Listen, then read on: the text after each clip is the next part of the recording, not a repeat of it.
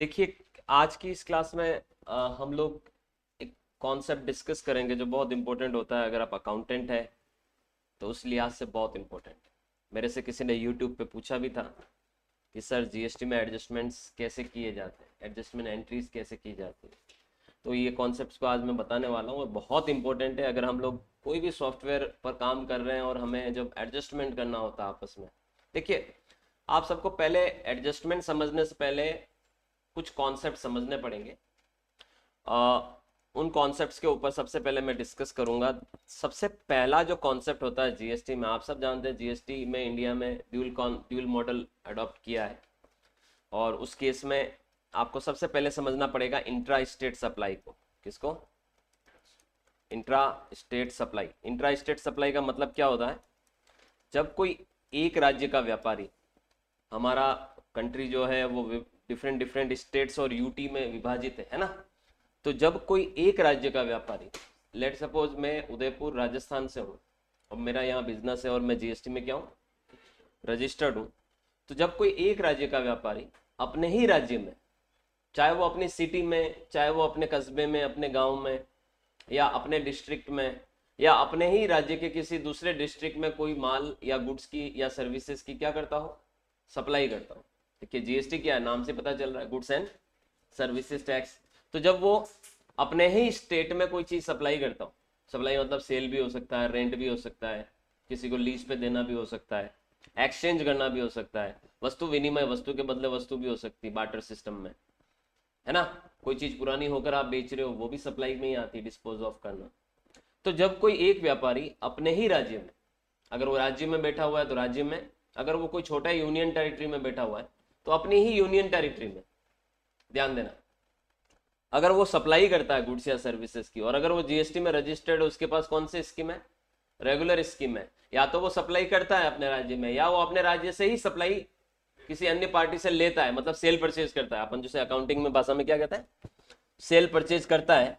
तो उस केस में जो जीएसटी लेना या देना पड़ता है वो दो टुकड़ों में होता है। आधा हिस्सा सीधे सीधे आप सीजीएसटी के नाम से लेते या देते हो, आधा हिस्सा एसजीएसटी के नाम से लेते या देते हो। तो आप ये समझिए कि इंटर स्टेट सप्लाई में अगर आप, याद रखिएगा, परचेज करोगे, इनवर्ड सप्लाई यानी परचेज करोगे, चाहे वो गुड्स की परचेज हो, चाहे वो सर्विसेज की परचेज हो, चाहे आपने अपने बिजनेस में कोई एसेट भी खरीदी, कैपिटल गुड्स खरीदा है, अगर आप उसको खरीदोगे तो आपको वहां पर दो तरह के टैक्स देने पड़ेंगे। उसे कहेंगे सीजीएसटी और एसजीएसटी, और अगर यूनियन टेरिटरी में है तो यूटीजीएसटी होगा एसजीएसटी की जगह। ये जो सीजीएसटी और एसजीएसटी होगा इसे हम इनपुट मानेंगे। क्या मानेंगे? Input CGST, input SGST. ध्यान रखना, अभी कॉन्सेप्ट समझने के लिए जरूरी है कि हमें चीजों को समझना पड़ेगा। खरीदते वक्त जो टैक्स दिया जाता है, कोई व्यापारी माल या सर्विस या कैपिटल गुड्स खरीदते वक्त जो टैक्स देता है, और अगर वो रेगुलर स्कीम में है तो उसको उस टैक्स की छूट देती है सरकार, क्रेडिट देती है उसको कि भैया आपको जो आपकी लाइबिलिटी बनेगी उसमें से ये टैक्स माइनस कर दीजिएगा। उसको हम इनपुट टैक्स क्रेडिट कहते हैं। तो खरीदते वक्त जो टैक्स बंदा दे रहा है उसे क्या कहेंगे? Input tax. क्या कहेंगे? अगर उसने खरीदते वक्त जीएसटी दिया तो इनपुट सीजीएसटी और इनपुट एसजीएसटी होगा, अगर इंट्रा स्टेट सप्लाई लिया है तो यहां पर आप समझिए कि अपने ही राज्य में अगर कोई चीज आप परचेज करते हो तो फिर सीजीएसटी और एसजीएसटी जो आप चुकाते हो वो इनपुट है। उसी तरह से अगर आप सेल करते हो अपने ही स्टेट के अन्य लोगों को, वो बी टू बी में भी सेल हो सकती है, बी टू सी में भी सेल हो सकती है। सेल भी दो प्रकार की होती है, रजिस्टर्ड पार्टियों को करोगे तो बी टू बी, अनरजिस्टर्ड पार्टियों को करोगे तो बी टू सी। याद रखिएगा, ठीक है। तो अगर आपने किसी को भी बेचा हो, आप बी टू सी में बेचो, बी टू बी में बेचो, आपको अपने ही राज्य में बेचने पर सीजीएसटी और एसजीएसटी लेना पड़ता है। तो ऐसे केस में ये जो सीजीएसटी और एसजीएसटी होता है ये आउटपुट कहलाता है। जब आप वसूलते हो तो आउटपुट, और जब आप चुकाते हो तो इनपुट।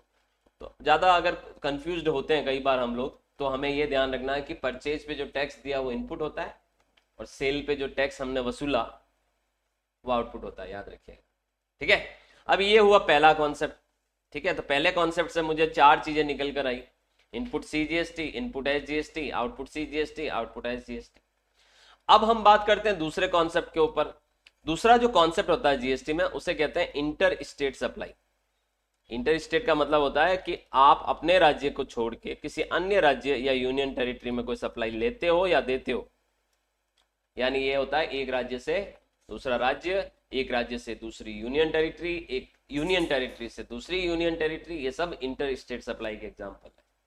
जब हम, आज मैं राजस्थान का व्यापारी हूँ, और अगर मैं गुजरात में, महाराष्ट्र में, मध्य प्रदेश में, या भारत के किसी अन्य स्टेट में, दिल्ली में, पंजाब में, हरियाणा में सप्लाई करने लग जाऊँ, चीज़ें बेचने लग जाऊँ, यहाँ से मैं उसको भेजने लग जाऊँ पार्टी को, पार्सल पे बनाकर ट्रांसपोर्टर के माध्यम से या कुरियर के माध्यम से, या खुद मैं अपने सेल्फ व्हीकल से लेके जाके उनको ड्रॉप करके आऊँ, तो ऐसे केस में ऐसी सप्लाई क्या मानी जाएगी? इंटर स्टेट सप्लाई मानी जाएगी। इंटर स्टेट सप्लाई का मतलब हुआ कि दूसरे राज्य की पार्टियों को बेचना या खरीदना, उनसे खरीदना। तो इसमें भी परचेज कर सकते हो आप कि भैया आपने गुजरात की किसी पार्टी से खरीदा, इसमें भी सेल कर सकते हो कि आपने मध्य प्रदेश की, एमपी की किसी पार्टी को बेचा। इसमें बड़ा सिंपल सा कॉन्सेप्ट है, इसमें आपको एक मुश्त टैक्स लेना होता है आईजीएसटी के नाम से, integrated goods and services tax. अगर आपने खरीदते वक्त दिया है तो वो आपका इनपुट आईजीएसटी हो जाएगा, अगर आपने बेचते वक्त वसूला है तो वो आपका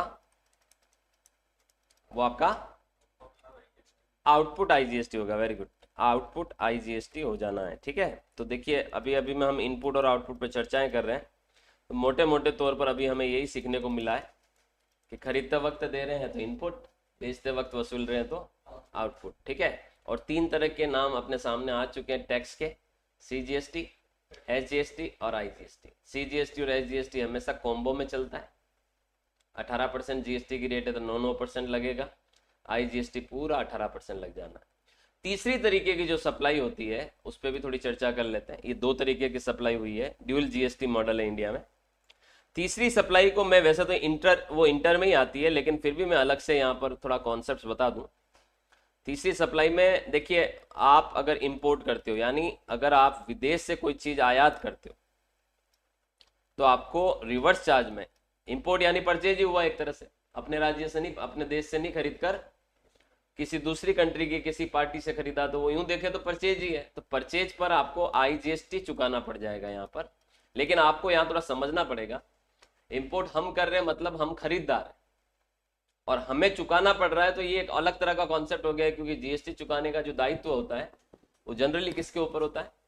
सप्लायर पे होता है, जो सेलर होता है उसके ऊपर होता है। और यहाँ पर इंपोर्ट अगर आप कर रहे हो तो आप तो बायर हो, समझ रहे हो? तो ऐसे केस में आपको चुकाना भी पड़ेगा, यानी आपके लिए ये आउटपुट भी बनने वाला है और आपको इसकी इनपुट भी मिलेगी, यानी गवर्नमेंट आपको बोलेगी कि आप तो चुकाओ और बाद में इसकी इनपुट क्लेम करो।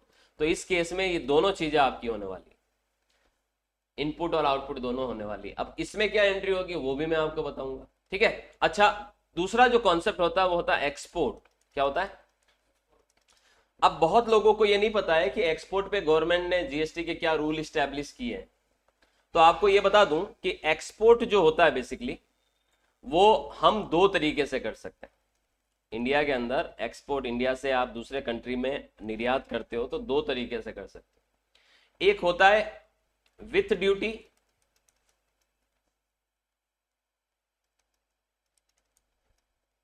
एक होता है विदाउट ड्यूटी। गवर्नमेंट ने एक्सपोर्ट को 0 रेटेड सप्लाई डिक्लेयर किया, याद रखिएगा। एक्सपोर्ट पे टैक्स वैसे लगता नहीं है, ये 0 रेटेड सप्लाई है। लेकिन एक्सपोर्ट 2 तरह का होता है। अगर आपने टैक्स भरकर एक्सपोर्ट किया है तो गवर्नमेंट आपको उस टैक्स की बाद में इनपुट दे देती है। अगर आपने टैक्स चुकाया तो रिफंड मिल जाएगा। विथ ड्यूटी यानी अगर आपने आईजीएसटी वसूल कर, आईजीएसटी चुकाकर एक्सपोर्ट किया तो आपको बाद में उसका क्या मिल जाएगा? जीएसटी में रिफंड मिल जाएगा। तो इनपुट का सवाल ही नहीं बनता, रिफंड हो जाएगा वैसे भी। और दूसरा, अगर आपने एक्सपोर्ट बिना ड्यूटी के चुकाया, बिना ड्यूटी के 2 कंडीशंस में चुकाया जाता है, ध्यान देना, मतलब बिना ड्यूटी के एक्सपोर्ट हम 2 कंडीशन में कर सकते हैं। बिना ड्यूटी का मतलब है कि हमने टैक्स दिया ही नहीं और एक्सपोर्ट कर लिया। तो इसके 2 क्राइटेरिया होते हैं। पहला क्राइटेरिया होता है against LUT, letter of undertaking. Government को आपने पहले ही एक फॉर्म एप्लीकेशन भर दी कि मैं इतना एक्सपोर्ट करूंगा, उनसे परमिशन आई और आपको एक्सपोर्ट की लिमिट मिल गई, आप उसके अकॉर्डिंग एक्सपोर्ट करिए। तो LUT होता है, इसकी एक एप्लीकेशन लगती है, सपोर्टिंग डॉक्यूमेंट्स लगते हैं, गवर्नमेंट आपको 1 साल के लिए परमिशन देती है। LUT जनरली 1 अप्रैल से 31 मार्च तक के लिए अलॉट होती है, अप्रूव, मतलब आपको एक तरह से एप्लीकेबल होती है। वापस से आपको नए फाइनेंशियल ईयर से नई LUT रिन्यू करवाना पड़ता है, राइट। दूसरा होता है अगेंस्ट बॉन्ड। गवर्नमेंट को आपको एक बॉन्ड भर के देना पड़ता है, उस पर गवर्नमेंट आपसे सिक्योरिटी डिपॉजिट मांगती है। आप डिपॉजिट राशि जितनी जमा कराते हो उसके अकॉर्डिंग आपको एक लिमिट मिल जाती है कि आप उतनी वैल्यू का क्या कर सकते हो, एक्सपोर्ट कर सकते हो बिना टैक्स के पेमेंट किए। तो ये दो ऐसे कॉन्सेप्ट है जहां पर आपको एक्सपोर्ट में क्या मिलता है, without any duty, without any tax आप एक्सपोर्ट कर सकते हो। वैसे ही एक्सपोर्ट जीरो रेटेड सप्लाई, आप इसको समझिए कि एक्सपोर्ट पे जो टैक्स दोगे वो भी आपको क्या मिल जाना है, रिफंड मिल जाना है। लेकिन आप चाहते हो कि मैं टैक्स दूं ही नहीं और एक्सपोर्ट करूं, तो फिर उसके लिए या तो आपको एलयूटी लेनी पड़ेगी या बॉन्ड भरना पड़ेगा। तो इन सारे ट्रांजेक्शन्स को मैं अपनी अकाउंटिंग में, अपनी बुक्स में कैसे शामिल करूंगा, ये आज का मेरा टॉपिक है, क्योंकि ये मेरे से किसी मित्र ने पूछा था यूट्यूब के ऊपर, राइट। तो अब हम बात करते हैं इनकी अकाउंटिंग ट्रीटमेंट की। देखिए सिंपल सी बात है, एडजस्टमेंट एंट्री सीखने से पहले आपको ये कॉन्सेप्चुअल पता होना चाहिए कि भैया किस केस में क्या एंट्री होगी। अभी मैंने आपको टोटल मिला के 6 केस बताए, इंट्रा स्टेट में परचेज और सेल, इंटर स्टेट में परचेज और सेल, इंपोर्ट और एक्सपोर्ट। अगर आप ये 6 केसेस की एंट्री बना पाओगे तो फिर आप इनके बाद होने वाले एडजस्टमेंट को भी कर पाओगे, ध्यान देना, ठीक है। तो सबसे पहला जो कॉन्सेप्ट है उसको हम लोग यहां पर देखने वाले हैं। देखिए ये मैं आपको वापस से बता दूं सारे लोगों को, मैं यूट्यूब पे नहीं पढ़ाता हूं, मैंने कभी प्रमोशन नहीं किया, राइट। ये मैं एक क्लास ले रहा हूँ, मेरे सामने बहुत सारे बच्चे बैठे हुए हैं, ऑनलाइन में भी बहुत सारे बच्चे हैं, और यही क्लास में बाद में आपकी सुविधा के लिए एक तरह से यूट्यूब पे पोस्ट करूँगा। तो हम जो पढ़ाते हैं वो पूरा टेक्निकल और प्रैक्टिकल एक्सपोजर होता है, और इसको मुझे कहीं पर भी मतलब जो हमारे यहाँ पर जो कोर्सेज चलते हैं, जो ट्रेनिंग्स होती है, उसमें हम लोग सिखाते हैं, वही क्लास आपके सामने मैं यूट्यूब पे डालता हूँ, ताकि जो भी सब्सक्राइबर हैं उनको इसका बेनिफिट मिल पाए। अब सबसे पहला जो एंट्री हम लोग यहाँ देखने वाले हैं, ध्यान से देखना आप सब लोग, अगर अकाउंटेंट हो या आगे जाके अकाउंटेंट बनने की आपकी चाह है तो आज की ये क्लास आपके लिए बहुत इंपॉर्टेंट है, ध्यान दीजिएगा, ठीक है। जो सबसे पहली एंट्री है वो हम यहां पर देखने वाले हैं कि अगर मैं इंट्रा स्टेट परचेज करता हूं, क्या करता हूं, what is intra state purchase. अब ये समझने वाली बात है कि इंट्रा स्टेट परचेज क्या होगी, अपने ही राज्य से खरीदना। देखिए आप कभी भी आप इस क्लास को अगर ढंग से समझ लिए तो कभी आप भूल नहीं पाओगे। अपने राज्य से खरीदना, कुछ भी खरीदोगे अपने ही राज्य से। अपने ही राज्य का मतलब होता है कि अपने ही स्टेट की पार्टी से। अब वो स्टेट भी हो सकता है, यूनियन टेरिटरी भी हो सकता है, यूटी भी हो सकता है। तो अगर आप इंट्रा स्टेट परचेज करोगे तो बहुत सिंपल है कि इसकी जो एंट्री बनेगी वो ऐसे बनेगी कि आपकी बुक्स में आप क्या करोगे, परचेज अकाउंट डेबिट कर लोगे, है ना। अपन जनरली परचेज को परचेज अकाउंट ओपन कर लेते हैं। अच्छा, जीएसटी में कभी भी ध्यान देना, आप रेट वाइज अकाउंट नहीं खोलोगे कि यार ये परचेज 6% वाली है, 12% वाली है, 18 वाली है, 28 वाली है, जो भी है 5, 12, 18, 28। तो आप ऐसे पर्टिकुलर रेट वाइज कभी भी अकाउंट नहीं खोलते हो, क्योंकि आजकल सॉफ्टवेयर ऐसे आ गए जिसमें कॉमन लेजर बनते हैं, प्रोडक्ट्स बनते हैं, सर्विसेज बनती है, जिसमें आप रेट स्पेसिफाई कर लेते हो और सॉफ्टवेयर उससे ऑटोमेटिक ही उससे रिपोर्ट्स क्रिएट कर देता है, उससे रिटर्न्स क्रिएट कर देता है। तो ऐसे केस में मैं मेरी बुक्स में ये एंट्री करूंगा, परचेज अकाउंट डेबिट। मान लो मैं एक एग्जांपल के माध्यम से इसको समझाता हूँ। मान लो मैंने 1 लाख रुपए की कोई चीज़ खरीदी और जो 12% वाली है, कितने परसेंट वाली है, मान लो इस पे जीएसटी की रेट कितना परसेंट है, 12% है, ठीक है। तो परचेज अकाउंट डेबिट करूंगा 12%। अब इस पे सामने वाली पार्टी रजिस्टर्ड है, रेगुलर टैक्स पेयर है, तो मुझसे क्या लेगी, टैक्स लेगी। तो अगर उसने मुझसे टैक्स लिया तो कौन कौन सा टैक्स लेगी, वो इनपुट CGST लेगी, 6% है ना। तो 1 लाख का 6% आधा, 12% जीएसटी की रेट है तो आधा 6,000 इनपुट एज जीएसटी लेगी, 6,000। और वो मुझे टोटल जो बिलिंग करेगी, सप्लायर जो मुझे बिल बनाकर भेजने वाला है, जो व्यक्ति मुझे सप्लाई कर रहा है, मैं उसको सप्लायर मान रहा हूँ, 1,12,000 रुपए का बिल बनाएगा। तो ये एंट्री होगी जब आप कोई चीज़ खरीदोगे, याद रखिएगा। और खरीदते वक्त दिया गया टैक्स क्या कहलाता है, इनपुट टैक्स कहलाता है, इसको भी हमेशा ध्यान रखिएगा, ठीक है। अब वो 12 हो सकता है, 18 हो सकता है, 5 हो सकता है, 28 हो सकता है, जो भी हो सकता है, लिखने की जरूरत नहीं, आई विल सेंड यू, है ना। अभी सिर्फ समझो कॉन्सेप्ट्स को, आगे बढ़ते हैं। तो कभी भी ध्यान देना, अगर आप अपने राज्य से खरीदते हो तो यही एंट्री करने का आपको। अब जो दूसरा कॉन्सेप्ट है, जो दूसरी एंट्री होने वाली है, वो हम इंटर स्टेट परचेज देखने वाले हैं। कौन सी? दूसरे राज्य से अगर आप कोई चीज मंगवाते हो, सामने वाली पार्टी आपको ट्रांसपोर्टर के माध्यम से या कुरियर के माध्यम से या अन्य किसी मोड से आपको भेज रही है, दूसरे राज्य से खरीदना,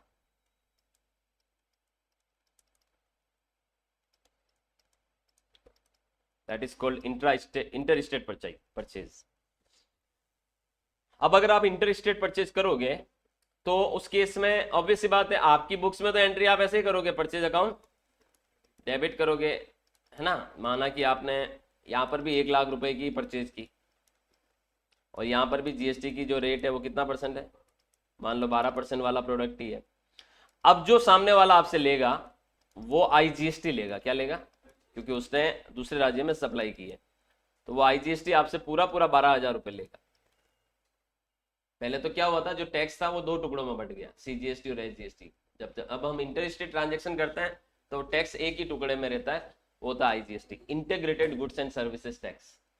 आईजीएसटी एक्ट 2017 के अनुसार आपकी इंटर स्टेट जो ट्रांजेक्शन्स होते हैं उस पर आपको आईजीएसटी देना भी पड़ सकता है और लेना भी पड़ता है, और गवर्नमेंट को देना पड़ता है। और as per the rule IGST का जो रेवेन्यू है वो सेंट्रल गवर्नमेंट कलेक्ट करती है हमसे, यानी हम किसको चुकाते हैं? केंद्र सरकार को चुकाते हैं, और केंद्र फिर राज्यों के बीच में उसका शेयर डिस्ट्रीब्यूट करती है। तो एक तरह से अगर व्यापारी की मैं बात करूं तो व्यापारी का कोई लेना देना नहीं है कि ये पैसा वो जो दे रहा है वो राज्य को जाएगा या कब जाएगा या जाएगा नहीं जाएगा, इसका लेना देना सीधे सीधे दोनों गवर्नमेंट के बीच में। हाँ हाँ, जाएगा जरूर। ये 12,000 रुपए जो आपने आईजीएसटी के दिए, इसमें से आधे केंद्र के और आधे उस रिस्पेक्टिव स्टेट के हैं, जाएगा जरूर, लेकिन इससे हमारा कोई वास्ता नहीं होना चाहिए, क्योंकि इससे हमारा वास्ता है भी नहीं। क्लियर? अब बात ये करता है कि इसमें भी आप टू सप्लायर कर दोगे और टोटल एंट्री आपकी कितनी हो जानी है? 1,12,000 की। अब आप देखिए, मैंने 2 एंट्रियां की है, दोनों एंट्रियों में मैंने परचेज की एंट्रियां की, और दोनों ही ट्रांजेक्शन में आप देख सकते हैं इनपुट वर्ड यूज किया है। कौन सा वर्ड? इनपुट वर्ड यूज हुआ है, यानी खरीदते वक्त आप जो टैक्स देते हो वो इनपुट है, याद रखिएगा। अच्छा, अब मैं देखिए, मैंने दोनों ही कॉन्सेप्ट में परचेज की एंट्री की, अब मैं तीसरा कॉन्सेप्ट में भी परचेज की एंट्री करूंगा, यानी इंपोर्ट। किस केस में? आप में से कितने व्यक्ति जो मेरा ये वीडियो देख रहे हैं, हो सकता है वो अकाउंटेंट हो किसी फर्म में, तो ऐसे केस में आपको ये भी समझना है कि अगर आप इंपोर्ट की एंट्री करते हो अपनी बुक्स में तो क्या एंट्री होगी, और उसके बाद के जो कॉन्सेप्ट्स हैं वो क्या होने वाले हैं, एडजस्टमेंट्स क्या होने वाले हैं। तो इंपोर्ट का मतलब होता है सीधे सीधे आयात, है ना। अपन कोई भी परचेज करते हैं अदर कंट्री से तो वो इंपोर्ट कहलाती है। अब इंपोर्ट के केस में जो एंट्री होगी हमारी बुक्स में, तो हम नॉर्मली क्या करते हैं, अकाउंटेंट होने के नाते हम इंपोर्ट का एक अलग लेजर बना देते हैं। याद रखिएगा, जब आप में से कितने लोग टैली वगैरह या कोई अन्य सॉफ्टवेयर यूज कर रहे होंगे तो आप वही परचेज का लेजर यूज नहीं करते हो, इंपोर्ट के लिए आप एक अलग लेजर बना लेते हो। तो ये सही भी है वैसे, इंपोर्ट को आप अलग लेजर बना लो। तो आपने इंपोर्ट मान लो कि 1,00,000 रुपए की, इंडियन वैल्यू के हिसाब से मान लो आपने वही 1,00,000 रुपए की इंपोर्ट की, और ऐसी वस्तु मंगाई मान लो इस पे 12% ही जीएसटी लगता है। मैं यहाँ पर अभी रेट वेट में कोई बदलाव नहीं कर रहा हूँ, सेम रेट पे एग्जाम्पल आपको समझा रहा हूँ कि see the rate of tax is 12%। ठीक है, अब मैं ये इंपोर्ट करूंगा तो एक चीज मैं बता दूं कि जो सप्लायर बैठा हुआ है विदेश में, मान लो मैंने कोई चीज दुबई से मंगवाई, तो जो दुबई की पार्टी है उसे तो मुझे वो 1,00,000 रुपए के हिसाब से देना है। तो सप्लायर तो जो बिल बना के देगा उसमें तो वो कोई टैक्स जोड़ने वाला नहीं है। बिल कौन बनाता है? हमेशा बिल हमेशा सप्लायर बनाता है, बेचने वाला व्यक्ति बनाता है, खरीदने वाला नहीं बनाता है। तो जो बंदा वहां दुबई से हमें बेच रहा है वो जब बिलिंग करेगा हमें, तो वो थोड़ी भारत सरकार का आईजीएसटी जोड़ेगा उसमें, जैसा कि हम जोड़ते हैं। तो वो हमें जीएसटी जोड़ने वाला नहीं, ना उसको इंडिया में जीएसटी देने आना है। अब कोई भी विदेशी व्यक्ति भारतीयों को कोई चीज बेचेगा तो वो थोड़ी इंडिया का जीएसटी लेगा और इंडियन गवर्नमेंट को जीएसटी देगा। तो उस केस में उसका जो बिल होगा वो तो नॉर्मल बिल ऑफ सप्लाई की तरह नजर आएगा आपको, तो आपसे वो टैक्स ले नहीं सकता। लेकिन नियम क्या कहता है? रिवर्स चार्ज का नियम लागू होता है इस पे। कौन सा? आरसीएम एप्लीकेबल होता है, रिवर्स चार्ज मैकेनिज्म। इंपोर्ट करने पर खरीदार यानी हमको टैक्स देना पड़ेगा इस केस में। तो जब हमको देना पड़ेगा तो यहां पर हमें एक एंट्री और करनी पड़ेगी। हम एक एंट्री करेंगे जहां पर हम जीएसटी की लाइबिलिटी क्रिएट करेंगे खुद की, और आईटीसी भी क्रिएट करेंगे, याद रखिएगा, इनपुट भी क्रिएट करेंगे। तो इसके ऊपर मान लो 12% जीएसटी बन रहा है आपका, तो लाइबिलिटी खड़ी करने का मतलब होता है टू आउटपुट आईजीएसटी। कौन सा टैक्स देना है? आउटपुट आउट जीएसटी देना है गवर्नमेंट को, कितना? 12,000। और आप जब वो टैक्स दे दोगे तो गवर्नमेंट उसकी आपको क्या दे देगी? इनपुट भी दे देगी। तो इनपुट आईजीएसटी उसी एंट्री में आपका डेबिट हो जाना है।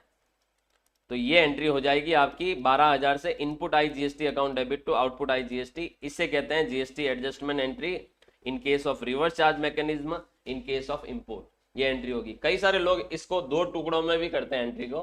वो क्या करते हैं, एक टैक्स पेड ऑन इंपोर्ट करके एक लेजर बना लेते हैं, उसका ग्रुप डाल देते हैं, करंट असेट डाल देते हैं, इनडायरेक्ट एक्सपेंस डाल देते हैं, जो भी डालते हैं। और पहली एंट्री तो वो करते हैं लाइबिलिटी क्रिएट करने की, जहां पर वो tax paid on IGST account debit to output IGST कर लेते हैं। और दूसरी एंट्री वो आईटीसी क्रिएट करने की यानी इनपुट क्रिएट करने की करते हैं, जहां पर input IGST account debit to tax paid on import कर देते हैं। तो वो आपस में लेजर क्या हो जाता है, क्रॉस हो जाता है। आप एक एंट्री में भी ये दोनों कॉन्सेप्ट्स को कर सकते हैं। ये वो आपकी एंट्री है, याद रखिएगा। इसको अपन कह सकते हैं जीएसटी एडजस्टमेंट एंट्री। ये हमने एक तरह से क्या किया, इंपोर्ट के केस में एडजस्टमेंट किया, याद रखिएगा। ये एंट्री आपको करनी पड़ेगी बुक्स के अंदर अलग से, क्योंकि बिल में आपसे जीएसटी ना तो लिया गया है ना आपने दिया है बिल में। तो आपको अपनी लाइबिलिटी भी खड़ी करनी पड़ेगी और आपको अपनी आईटीसी भी खड़ी करनी पड़ेगी। जो अकाउंट आप डेबिट कर रहे हो उससे आपकी इनपुट क्रिएट हो रही है, जो अकाउंट आप क्रेडिट कर रहे हो उससे आपकी आउटपुट क्रिएट हो रही है, लाइबिलिटी क्रिएट हो रही है। अब बाद में जब आप गवर्नमेंट को देने जाओगे टैक्स का पेमेंट, तब वो आउटपुट डेबिट करोगे टू बैंक कर दोगे चालान के माध्यम से। जब पेमेंट करोगे तब, जब भी जीएसटी का पेमेंट करते हैं तो आउटपुट अकाउंट क्या हो जाते हैं, डेबिट हो जाते हैं, और टू कैश या बैंक जो भी मोड ऑफ पेमेंट है वो आप करते हो बेसिकली। तो ये तीन कॉन्सेप्ट हमने परचेज के केस में देखे। तो इस कॉन्सेप्ट में हमने इनपुट और आउटपुट दोनों देखा। देखिए आप, इम्पोर्ट के केस में, इम्पोर्ट के केस में दोनों बनेंगे। कौन कौन से? इनपुट भी बनेगा और आउटपुट भी हमारा ही बनना है। इनपुट भी हमारा ही बनना, आउटपुट भी हमारा ही बनना। इनपुट बनने का मतलब एसेट, आउटपुट बनने का मतलब लाइबिलिटी। एसेट लाइबिलिटी तो समझते हो ना अकाउंट्स में।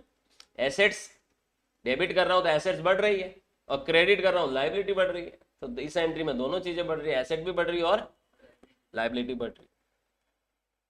ठीक है, अब आगे बढ़ते हैं और चौथे कॉन्सेप्ट पे बात करते हैं। जो चौथा कॉन्सेप्ट है हमारा वो है यहां पर इंट्रा स्टेट सेल। अब मैं सेल को यूज करने वाला हूं वर्ड। परचेज देख लिया, सेल याद रखिए, है ना। इंट्रा स्टेट सेल का मतलब होता है अपने ही राज्य में बेचना। चाहे आप B2B में बेचो, चाहे आप कंज्यूमर को B2C में बेचो, अपने ही राज्य में बेचना। अब जब आप बेचते हो तो एंट्री क्या करते हो साहब? जब हम बेचते हैं तो हम वो कस्टमर या वो डेटर डेबिट करते हैं, तो या कैश या बैंक डेबिट करते हैं। पैसा आ गया तो हम कैश या बैंक भी डेबिट कर देते हैं। मान लो मैं यहाँ पर कस्टमर अकाउंट डेबिट कर रहा हूँ, टू सेल कर रहा हूँ, और मान लो मैंने यहाँ पर 2 लाख रुपए की सेल की। और ये भी ध्यान देना है कि यहाँ पर भी जीएसटी रेट हम कॉमन सेम लेते हैं। मान लो 12% में सेल किया आपने, तो आप इसके साथ एक तो 6% क्या लोगे, CGST लेने वाले हो, वसूलोगे साथ में एक्स्ट्रा। एक आप इसके साथ क्या लेने वाले हो, 6% ही SGST लेने वाले हो। ठीक है, परसेंटेज मैं इसलिए नहीं लिखा रहा हूँ क्योंकि जब हम एडजस्टमेंट करेंगे तो परसेंटेज के कोई मायने नहीं है, उसमें टोटल देखा जाता है। एडजस्टमेंट महीने में एक बार होता है। अगर आप मंथली टैक्स पेयर हो, क्वार्टरली टैक्स पेयर हो, तो 3 महीने में आपको एक ही बार करना है, जब आप 3B भरने जाओगे, GSTR 3B भरने जाओगे। तो यहाँ पर 2 लाख का 6% कितना हो गया, 12,000। तो 12,000 रुपये आप यहाँ लिख दोगे, 12,000 आप एंट्री में यहाँ लिख दोगे, और आपकी बुक्स में ये टोटल मिलाकर 2,24,000 रुपये की एंट्री हो जानी। अब आप देखिए कि सेल में आपका इनपुट नहीं आकर क्या आया, आउटपुट आया। तो ये कॉन्सेप्ट आप समझिए कि परचेज करते वक्त इनपुट को यूज करना, सेल करते वक्त आउटपुट को यूज करना। हो सकता है कि आप में से कोई अकाउंटेंट है और वो ये समझ रहा है, वो टैली वगैरह सॉफ्टवेयर में अकाउंटिंग करता है, तो उनमें इनपुट और आउटपुट के लेजर बनते ही नहीं है, समझ रहे हो। तो ऐसे केस में हो सकता है वहां यहाँ पर आप ये समझ रहे हो कि सर हम जो अकाउंटिंग करते हैं उसमें तो इनपुट आउटपुट होता नहीं है, उसमें तो कॉमन लेजर बनता है। सेल में भी वही लेजर यूज करते हैं आईजीएसटी का, और परचेज में भी वही यूज करते हैं। आपको भले ही वो आप एक कंप्यूटर अकाउंटेंट बन चुके हो, सॉफ्टवेयर के हिसाब से आप अकाउंटिंग कर रहे हो, लेकिन जो कॉन्सेप्चुअल स्टडी कर रहे हो आप, यहाँ पर एडजस्टमेंट करना तभी आएगा जब आपको इनपुट और आउटपुट के कॉन्सेप्ट समझ में आएंगे। क्योंकि टैली में इनपुट आउटपुट होता नहीं है, तो टैली क्या करता है, जब आप कोई भी महीने के एंड में जब आप अपनी ड्यूटीज एंड टैक्सेस में जाते हो, तो वहां तो एक फाइनल फिगर निकाल के दे देता है कि ये आईजीएसटी का डेबिट बैलेंस है या क्रेडिट बैलेंस है, ये सीजीएसटी का डेबिट है या क्रेडिट है, या ये जीएसटी का डेबिट या क्रेडिट है। उससे आप एडजस्टमेंट एंट्री कैसे करोगे आपको पता नहीं चलता। तो इसीलिए आपको ये ध्यान रखना पड़ेगा कि आपको समझना पड़ेगा कि भाई आपको एडजस्टमेंट एंट्री कैसे करनी है। हालांकि टैली में और ज़्यादा आसान है, क्योंकि जो फाइनल बैलेंस होते हैं उनके आधार पर एंट्री होती है बेसिकली, क्योंकि आईजीएसटी हमेशा सबसे पहले आईजीएसटी से एडजस्ट हो जाता है। तो जो आईजीएसटी में अगर कोई फिगर डेबिट में पड़ा हुआ है तो वो सीजीएसटी से क्रॉस एडजस्टमेंट कर लेना, समझ रहे हो, बच गया तो एसजीएसटी से कर लेना। ये अभी अपन आगे कॉन्सेप्ट समझेंगे, तो वो तो और ज़्यादा आसान हो जाता है जब कॉमन लेजर होता है। लेकिन अगर इनपुट आउटपुट है तब भी आपको ये समझ में आना चाहिए कि कौन सा इनपुट किस आउटपुट से पहले एडजस्ट होगा, या किस आउटपुट को खत्म करने के लिए कौन से इनपुट को पहले यूज करना है। ठीक है, ये जब आपको कॉन्सेप्ट समझ में आएगा तो आप बहुत आसानी से अकाउंटेंट बन भी सकते हो और कभी गलती नहीं करोगे जीएसटी एडजस्टमेंट में। और वैसे भी मैं बता देता हूँ कि जब जीएसटीआर 3 भी बढ़ते हैं हम पोर्टल पे, तो वो एडजस्टमेंट है सॉफ्टवेयर ऑटोमेटिक ले लेता है। अभी अभी रिसेंटली मैंने जीएसटीआर 3B का वीडियो अपलोड किया है, आप उसमें देख सकते हो कि हमने 3B में कुछ करना ही नहीं होता है, सारा सॉफ्टवेयर खुद ही कर लेता है। आप मैन्युअली थोड़ी एडिट कर सकते हैं कि भाई वो आईजीएसटी को पहले ले रहा है तो हम पहले सीजीएसटी को क्रॉस एडजस्ट करवाएं। मैन्युअली आप छेड़छाड़ नहीं कर सकते, कर सकते हो लेकिन करनी नहीं चाहिए, नोटिस आ जाता है वरना। ठीक है, तो सॉफ्टवेयर की बात करूं तो वहां तो सब कुछ ऑटोमेटिक हो जाता है, लेकिन जब हम मैनुअल अकाउंटिंग कर रहे हैं टैली या कोई सॉफ्टवेयर में, वहां एडजस्टमेंट एंट्री हमें डालना आना चाहिए। और वो एडजस्टमेंट एंट्री हम उसी मुताबिक डालेंगे जैसे हमारा 3B में हो रहा है एडजस्टमेंट। याद रखिएगा, 3B बढ़ते वक्त जो पैटर्न पर एडजस्टमेंट हो रहा है वही पैटर्न आपको वहां पर अपने सॉफ्टवेयर में भी चढ़ाना है। क्लियर? तो यहां पर आप देखिए कि ये इंट्रा स्टेट सेल हो गया। अब पांचवा जो कॉन्सेप्ट यहां पर अगर मैं बात करूं, फिफ्थ कॉन्सेप्ट, वो है इंटर स्टेट सेल। कौन सा? Inter state sale. एक राज्य से दूसरे राज्य में बेचना।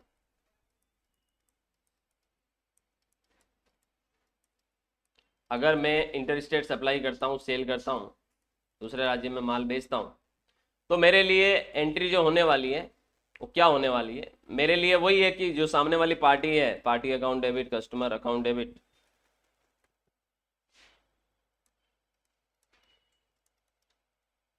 मान लो यहां पर भी मैंने 2 लाख की सेल की,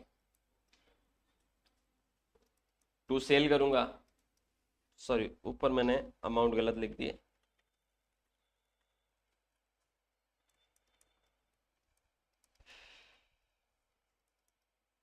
₹2,00,000 टू। अब आप जब दूसरे राज्य में माल बेचते हो तो आपको आईजीएसटी लेना होता है, ठीक है, तो टू आईजीएसटी, आउटपुट आईजीएसटी कौन सा? अब इस केस में भी मान लो हमारे केस में 12% है आईजीएसटी, जीएसटी की रेट, तो आईजीएसटी पूरा का पूरा 12% लग जाना। ठीक है, तो ऐसे केस में ये 2,24,000 ही कस्टमर अकाउंट में डेबिट हो जाना, जो हमें कस्टमर से लेना है। यहाँ पर देखिए, आप अपने राज्य में बेचा सीजीएसटी एजीएसटी वसूला, दूसरे राज्य में बेचा आईजीएसटी वसूला। और छठा जो केस है यहाँ पर 6 नंबर का, वो है एक्सपोर्ट। तो अगर आप एक्सपोर्ट करते हो तो आपको तो टैक्स लेना नहीं है, तो आपकी बुक्स में जो एंट्री होने वाली है वो भी मैं बताता हूं। एक्सपोर्ट को क्या कहते हैं हम हिंदी में? Very good.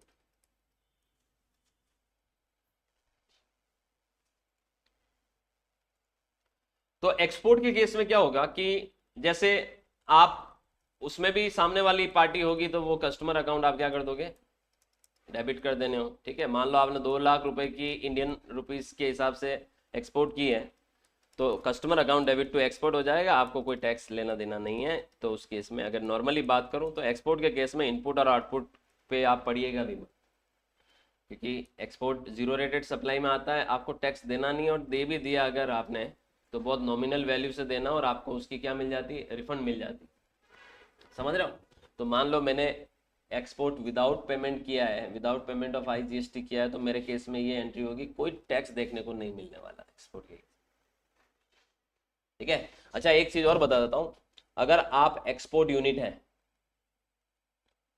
और उस केस में आपने वही चीजें जो एक्सपोर्ट की है उसको बनाने में कोई रॉ मटेरियल मार्केट से परचेज किया जिस पर टैक्स दिया है, जिसकी आपको इनपुट मिलनी है, तो एक्सपोर्ट पे कोई आउटपुट तो है नहीं, एक्सपोर्ट पे तो कोई टैक्स आप ले नहीं रहे हो, लेकिन आप उसकी जो इनपुट है उसको आप क्लेम कर सकते हो अपनी किसी दूसरी आउटपुट से या लाइबिलिटी से।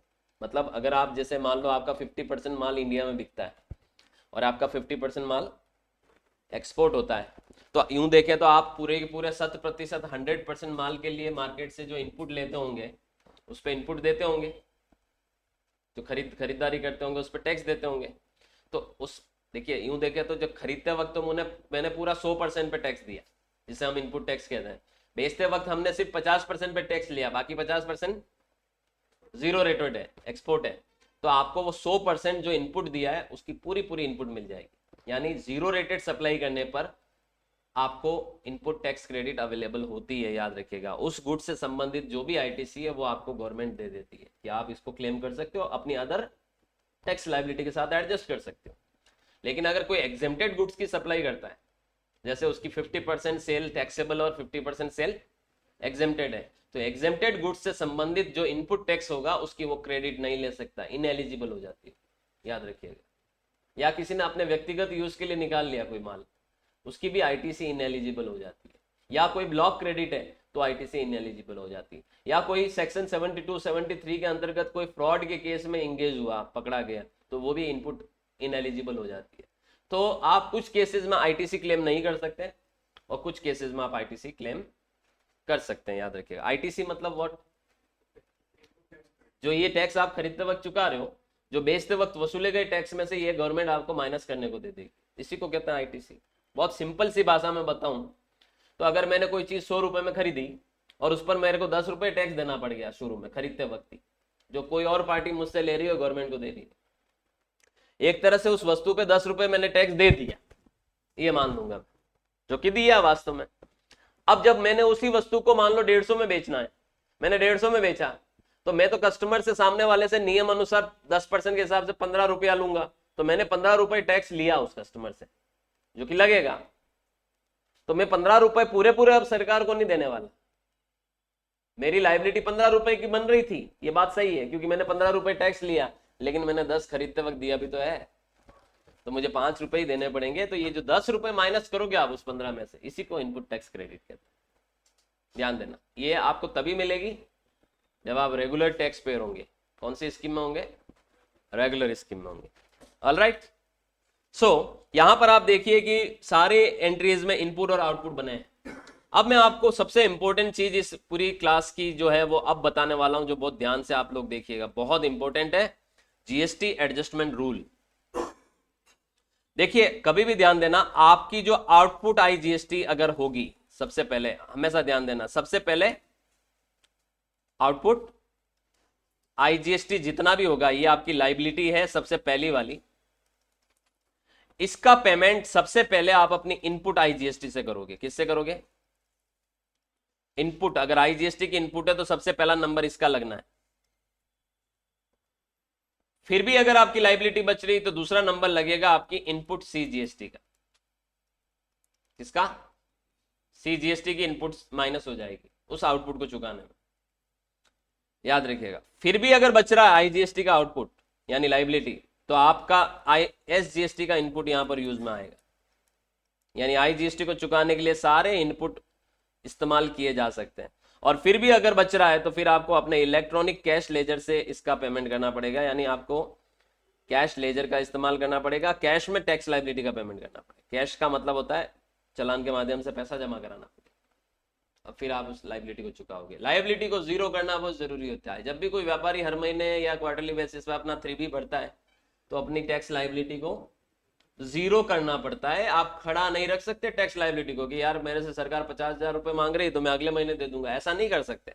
आप रिटर्न ही नहीं भर पाओगे उस केस में अगर आपने पूरा लाइबिलिटी पे नहीं किया तो ये पहला कॉन्सेप्ट है, याद रखिएगा। दूसरा जो कॉन्सेप्ट है, दूसरी जो लाइबिलिटी आपकी वो होती है सीजीएसटी की। तो सबसे पहले आपको आईजीएसटी की लाइबिलिटी को सेट ऑफ करना पड़ता है, और उसका सेट ऑफ का मैनर ये, this is one, this is second mode, this is third mode and this is fourth mode. Second number की लाइबिलिटी होती है आपकी आउटपुट सीजीएसटी। इसको चुकाने के लिए भी आपको सबसे पहले आईजीएसटी की इनपुट यूज करनी पड़ती है, अगर है तो। अगर मान लो आपकी आईजीएसटी की इनपुट वहां खत्म हो गई ऊपर पूरी, तो यहां तक उसकी नौबत ही नहीं आएगी। दूसरा जो इसमें कॉन्सेप्ट चलता है वो होता है कि अगर आपने आईजीएसटी की इनपुट के बावजूद भी आपकी सीजीएसटी बच रही है, तो आपको सीजीएसटी की इनपुट का यूज करना है सेकंड केस में। जो थर्ड केस है उसमें अगर आपने सीजीएसटी की इनपुट यूज करने के बाद भी आपकी कोई लाइबिलिटी बच रही है, तो आप एसजीएसटी की इनपुट यूज इसमें कर नहीं सकते, आपको फिर कैश लेजर से पेमेंट करना पड़ेगा।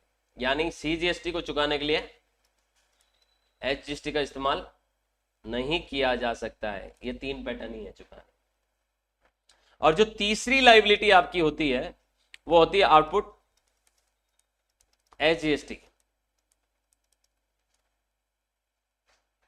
याद रखिएगा। तो ऐसे केस में आप इसको चुकाने के लिए भी सबसे पहले आईजीएसटी की इनपुट ही यूज करेंगे। तो अब देखिए आपको एक चीज समझ में आ गई कि भैया लाइबिलिटी कोई भी हो, सबसे पहले कौन सी आईटीसी यूज करेंगे, आईजीएसटी को यूज करेंगे। ठीक है।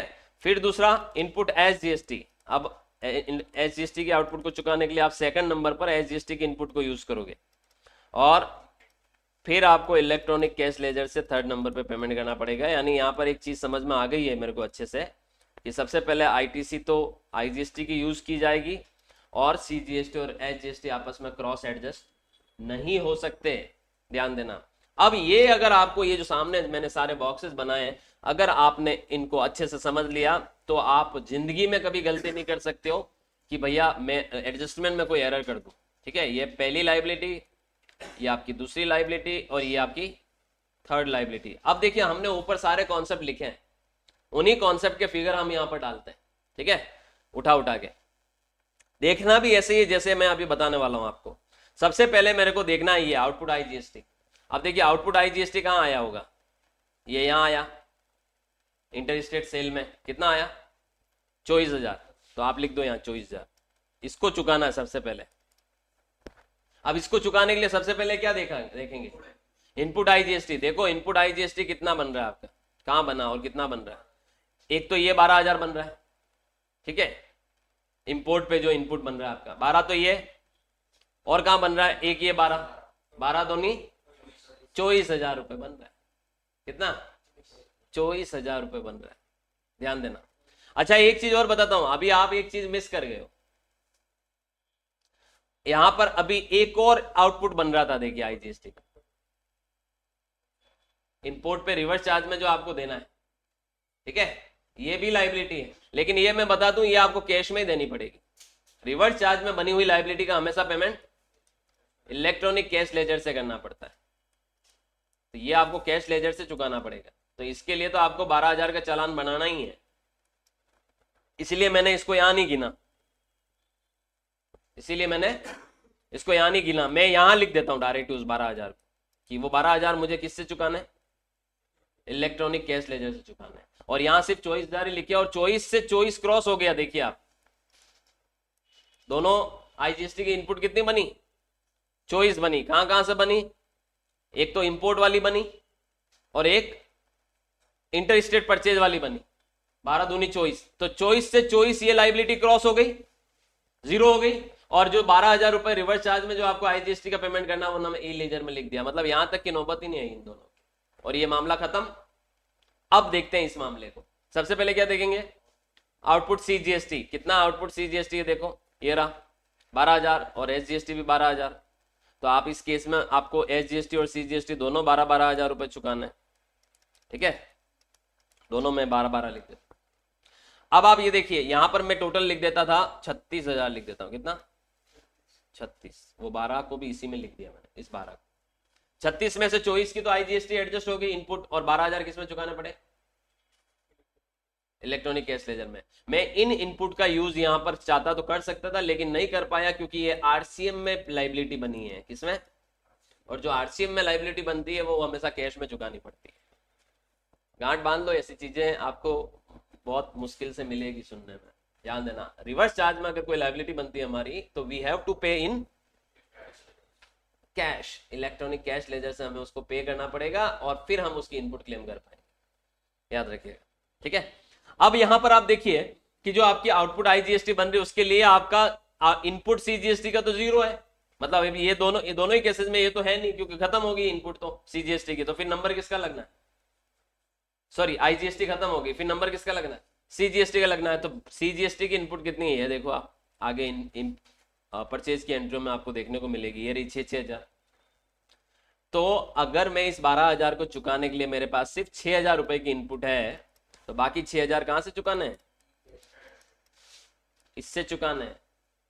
ठीक है, और मतलब चालान बनाना है, ये आप ये समझिए 12,000 का चालान ये, 6,000 का चालान ये, और इसमें भी सेम कॉन्सेप्ट है। आपके पास एसजीएसटी की इनपुट कितनी है 6, तो बाकी 6 क्या करना है, चालान बनाना है, यानी 6 दूनी 12 और 12 24,000 रुपए का बंदोबस्त करना पड़ेगा। अब इन सबकी एंट्रियां क्या होगी, ये तो सर आपने सिस्टम समझा दिया, मैं मेरी बुक्स में एंट्री क्या करूंगा, चलिए मैं बताता हूं क्या एंट्री करोगे आप।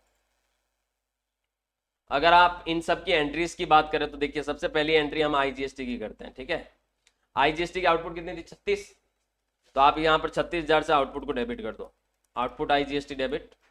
बहुत एंट्री बहुत आसान हो जाती है अगर आप कंसेप्ट समझ जाते हो। 36,000 से आईजीएसटी की आउटपुट को डेबिट करो, उससे इनपुट कितनी थी 24, तो इनपुट आईजीएसटी आप क्रेडिट कर दो 24 से।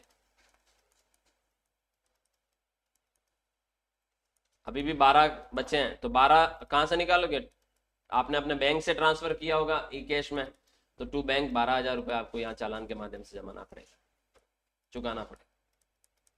चालान हालांकि एक ही बनेगा, टोटल मिला के 12 दूनी 24,000 का, लेकिन 12,000 किस नाम से डालोगे उसमें, आईजीएसटी के नाम से डालोगे। ये पहली एंट्री, तो ये सब जीरो हो जाएगा। इस एंट्री को करते ही ये सब आईजीएसटी के नाम और निशानी क्या हो जाएगा बुक से, उस महीने तक जीरो हो जाएगा। दूसरी एंट्री में आउटपुट सीजीएसटी को आप क्या करोगे,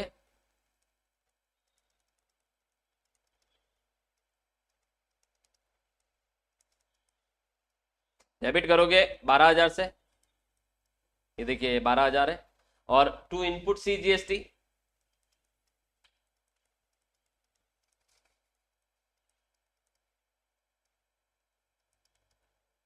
6, और 6,000 का इस एंट्री में भी आपको क्या करना पड़ेगा, चालान के माध्यम से पैसा डालना पड़ेगा, तो टू 6,000 बैंक हो जाएगा, और ये भी आप ये मान के चलिए चालान, चालान वर्ड लिख रहा हूं मतलब पेमेंट करना पड़ेगा कैश में, कैश लेजर के थ्रू। और जो तीसरी एंट्री होगी वो भी सेम टू सेम ही होगी,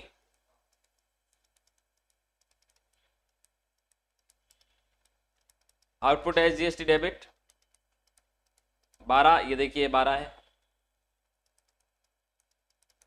टू इनपुट एस जीएसटी, जो ऊपर पिक्चर बन रही है उसके हिसाब से एंट्री कर रहा हूं।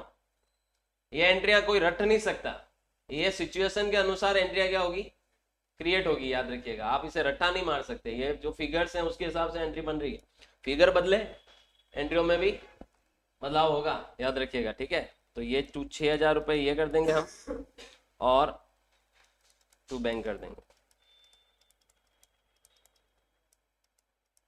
6,000 से, यानी इसका भी आपको चालान बनाना पड़ेगा। अब देखिए आपने ये सब एंट्रियां करने के बाद क्या करना है, चौथी एंट्री आप चालान बनाने की भी तो करोगे, तो चालान जब बनाओगे तो क्या, देखिए वैसे चालान बनाने की एंट्री अब करनी नहीं क्योंकि आपने to bank to bank to bank कर दिया, तो आपको यहाँ पर कोई एंट्री बुक्स में तो करनी नहीं है क्योंकि वो ऑलरेडी आपने उन एंट्रियों में शामिल कर दिया उसको, समझ रहे हो। तो ये आपका, आप ये मान के चलिए जीएसटी एडजस्टमेंट को कॉन्सेप्ट्स मैंने पूरा समझाया है, कहां से ये शुरू होती गणित और कहां जाके खत्म होती है गणित। एवरी मंथ आप ये ट्रांजेक्शन करोगे परचेज सेल के, जो कि विभिन्न विभिन्न प्रकार के हो सकते हैं, बाद में आप जो उनके टोटल फिगर बनेंगे इनपुट आउटपुट के, उसके एडजस्टमेंट रूल के मुताबिक, ये एडजस्टमेंट रूल है उसके मुताबिक आप क्या करोगे, अपनी बुक्स में एंट्री करोगे और जीएसटी रिटर्न भरोगे, और जो चालान के माध्यम से जो अमाउंट है वो पे करोगे। तो वहां पर पोर्टल पे तो वो आपने चालान बनाया और पेमेंट किया और रिटर्न भरा और काम हो गया। बुक्स में काम ऐसे होगा, जब आप एंट्री बुक्स में उसके अकॉर्डिंग ऐसे काम होगा, समझ रहे। देखिए शेयर मार्केट की भी एक थीम बताता हूं मैं। मान लो मैंने कोई शेयर आज खरीदा, ठीक है, मान लो 1 लाख रुपए की वैल्यू के शेयर खरीदे मैंने, उसमें मेरे मान लो 2,000 रुपए की ब्रोकरेज और विभिन्न प्रकार के चार्जेस लग गए, और वो मेरे जो भी ई वॉलेट है उससे वो पैसा कट गया और शेयर मेरी बुक्स में आ गया। अब मुझे अपनी बुक्स में एज ए इन्वेस्टमेंट उसकी एंट्री करनी है, तो मैं क्या करूंगा, जैसे मान लो मैंने शेयर खरीदे अशोक लीलैंड के, तो मैं अशोक लीलैंड को डेबिट कर दूंगा जितनी वैल्यू के वो शेयर थे उससे, और उसका जो ग्रुप होगा वो इन्वेस्टमेंट डाल दूंगा। ठीक है, फिर मैं क्या करूंगा, जो मेरा जितना भी ब्रोकरेज वगैरह लगा है, ब्रोकरेज अकाउंट डेबिट करके ब्रोकरेज की राशि डाल दूंगा, और फिर मेरे वॉलेट से जितना अमाउंट कटा है टू वो वॉलेट का लेजर बनाऊंगा और उसको टू में क्रेडिट कर दूंगा। तो ये मेरा ट्रांजेक्शन होगा। जब जब भी मैं वॉलेट में पैसा ट्रांसफर करूंगा अपने बैंक अकाउंट से, तब तब मैं एंट्री करूंगा wallet account debit to bank account. तो मुझे अपने जो लेन देन है जो मैं करूंगा और जिसको मुझे बुक्स में रिकॉर्ड करना है उसको आना चाहिए रिकॉर्ड करना। याद रखिएगा, आज मान लो मैं एक प्रोप्राइटरशिप फर्म रन कर रहा हूं और मेरे मेरे पास मेरी बिजनेस का करंट अकाउंट चल रहा है और उससे मैंने मेरे बच्चे की ट्यूशन फीस भर दी कहीं पर, तो वो मेरे बिजनेस का खर्चा नहीं है, तो मुझे उसको भी तो रिकॉर्ड करना पड़ेगा क्योंकि मेरे बिजनेस के अकाउंट से गया वो पैसा। तो मान लो अगर मैंने उसकी 10,000 रुपए ट्यूशन फीस भरी, तो मैं बुक्स में एंट्री चढ़ाऊंगा drawing account debit to bank, क्योंकि मेरा बैंक अकाउंट तो प्रभावित हुआ ना। और अब बैंक अकाउंट प्रभावित हुआ तो पैसा कौन से लेजर में गया, डबल एंट्री सिस्टम चलता है। तो आप बताओगे सर ये मैंने व्यक्तिगत उपयोग है तो निकाला पैसा ड्रॉइंग, मैं उसे खर्चा नहीं बता सकता। तो अकाउंटेंट अगर हम हैं तो हमें हर ट्रांजैक्शन जो बिजनेस को कहीं ना कहीं प्रभावित कर रहा है उसको रिकॉर्ड करना आना चाहिए। पहला सिस्टम तो यही कहता है, पहला नियम तो यही कहता है, परफेक्ट अकाउंटेंट बनने के लिए डेबिट क्रेडिट तो परफेक्ट आने चाहिए, हर सिचुएशन को समझना आना चाहिए और उसके अकॉर्डिंग एंट्रीज बनाना आना चाहिए। क्योंकि अगर परफेक्टली नहीं जानोगे तो कई सारी चीजें आप रिकॉर्ड में नहीं लोगे, रिकॉर्ड में नहीं लोगे तो आपकी बुक्स मिसमैच होगी, खाते मिल ही नहीं रहे, बैंक अकाउंट अलग चल रहा है, बुक्स में अकाउंट अलग चल रहा है। सो ये you have to know about all the things and specially GST transaction, और ये एडजस्टमेंट तो आने चाहिए क्योंकि एवरी मंथ होंगे। अगर एज एन अकाउंटेंट हम इसे इग्नोर नहीं कर सकते यार कि मैंने टैली अच्छे से सीख लिया और मेरे को डेबिट क्रेडिट अच्छे से आता है तो मैं अकाउंटेंट बन गया, ना भैया ना। आप सिर्फ बुक कीपर हो, 10-12 हज़ार 15 हज़ार से ज्यादा कोई नहीं देगा आपको कभी भी लाइफ में। You have to know complete things about the GST, income tax, TDS, provisions of EPF, ESI, payroll system, banking के कॉन्सेप्ट्स, सब कुछ आना चाहिए, ईयर एंड एडजस्टमेंट्स आने चाहिए, है ना। तब जाके एक परफेक्शन आता है कि हाँ यार सब कुछ हैंडल कर लेता है मेरा ये बंदा। So thank you so much, आज के लिए इतना काफ़ी है। ये क्लास से आई होप आप लोग आराम से अपना अकाउंटिंग कर पाओगे जीएसटी। ठीक है, थैंक यू सो मच।